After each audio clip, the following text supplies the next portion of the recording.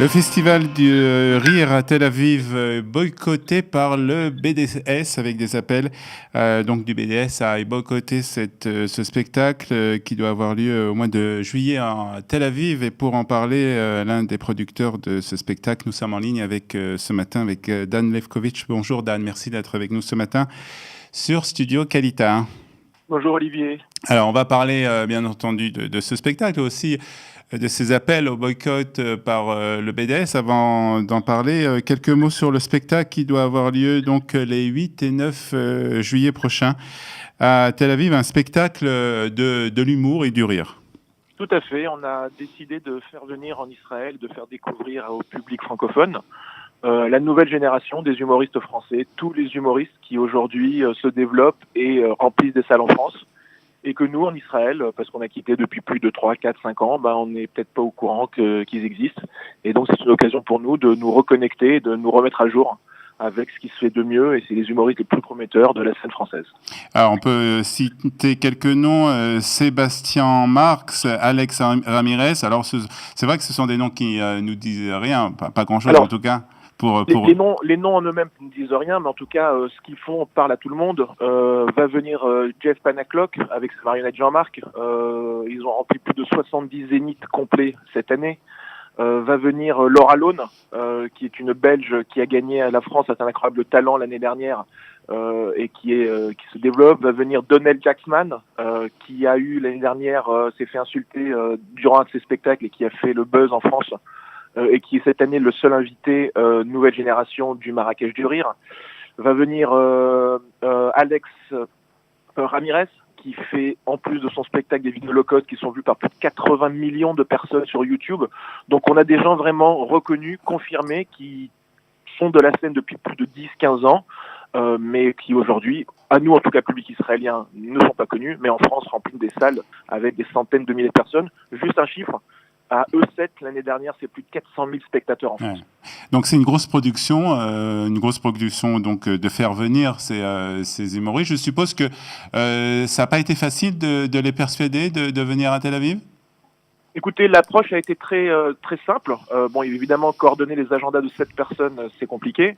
Mais l'approche a été très simple. On leur a expliqué qu'il y avait un public francophone, qu'on n'était pas là pour faire de la politique, mais pour faire uniquement de l'humour. Et également pour découvrir un pays. À partir de ce apostat-là, ils sont venus, ils sont ravis de venir découvrir ce pays. Et ils sont surtout ravis de venir jouer pour un public francophone qu'ils ne connaissent pas et qu'ils ont hâte de rencontrer. Est-ce que vous aviez prévu que ce spectacle ne plairait pas donc aux membres du BDS et qu'ils appelleraient donc à boycotter ce spectacle et surtout ils appelleraient les humoristes à ne pas venir en Israël?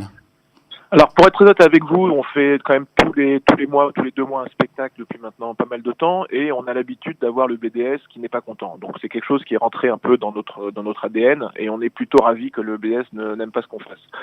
Par contre, pour être très transparent, la violence et l'intensité, elle nous a surprise. On a prévenu tous les artistes, on leur a dit qu'évidemment il y aurait des réactions négatives, mais atteindre de tels niveaux, même pour nous, ça a été surprenant. Comment ça s'est traduit? Ça s'est traduit par des dizaines de milliers de messages sur l'ensemble de leurs murs, Facebook, Instagram, email, lettres, des insultes, sionistes, collaborateurs, traîtres, assassins, ça ne te dérange pas de jouer devant les colons pendant que nous tuons des enfants palestiniens, je vous en passe.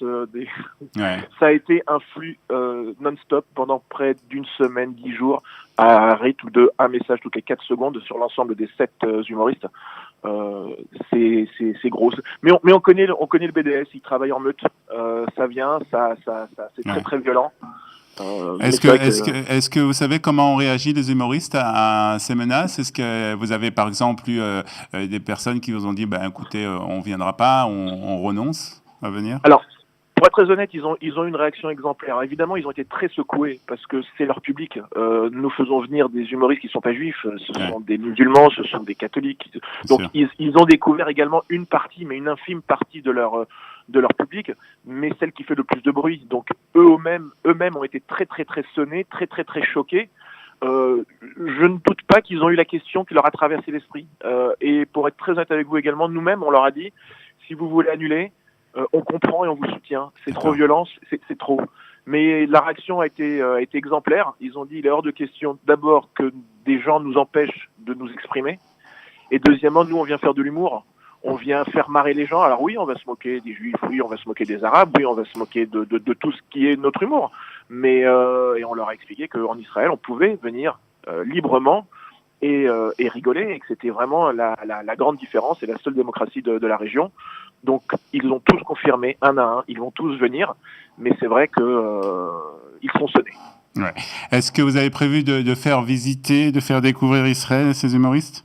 Tout à fait. L'ensemble des spectacles qu'on fait venir, il y a toujours un volet découverte du pays. Donc là, ils vont aller évidemment Jérusalem, la ville des trois religions. On va également les amener à la mer Morte, on va les amener aux sources du Jourdain, on va les amener faire un trek dans le désert. On va leur montrer également la vie nocturne de Tel Aviv. Ils sont quand même tous relativement jeunes. Donc oui, ils vont découvrir toutes les facettes de notre beau pays. Donc voilà, les 8 et 9 juillet prochains, c'est à Tel Aviv ou ça exactement? C'est à l'université de Tel Aviv, dans un très belle salle.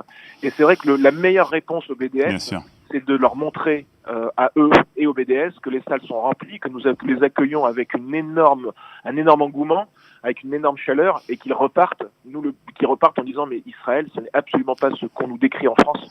Moi, j'ai été sur place, ça n'a rien à voir. Et surtout que ces humoristes, comme vous l'avez dit, ont accepté de venir malgré les menaces qu'ils ont reçues du BDS. Et donc, il faut, je crois, les saluer et les remercier en allant très nombreux donc, à ce Tel Aviv du Rire, donc les 8 et 9 juillet. À Tel Aviv, des renseignements pour réserver des places, puisque je suppose que ça va très vite au niveau des places. Tout à fait, les places. Voilà, ça part vite. Bon, ce sont des grandes salles, mais c'est vrai qu'il y a beaucoup d'engouement. D'abord, les gens demandent à avoir du divertissement, et là, il y en aura pour tous les goûts. Alors, les renseignements se font sur le site internet www.livestage.show ou également au téléphone 03 966 41 08. Merci Dan, je suppose qu'on aura encore l'occasion de reparler de ces spectacles sur Studio Kalita. Merci en tout cas de nous avoir parlé de cette menace du BDS et de cette décision donc des humoristes de venir malgré cette menace. C'est très important de le signaler. Merci et bonne journée Dan, à bientôt. Merci, bonne journée Olivier. À bientôt, bye bye.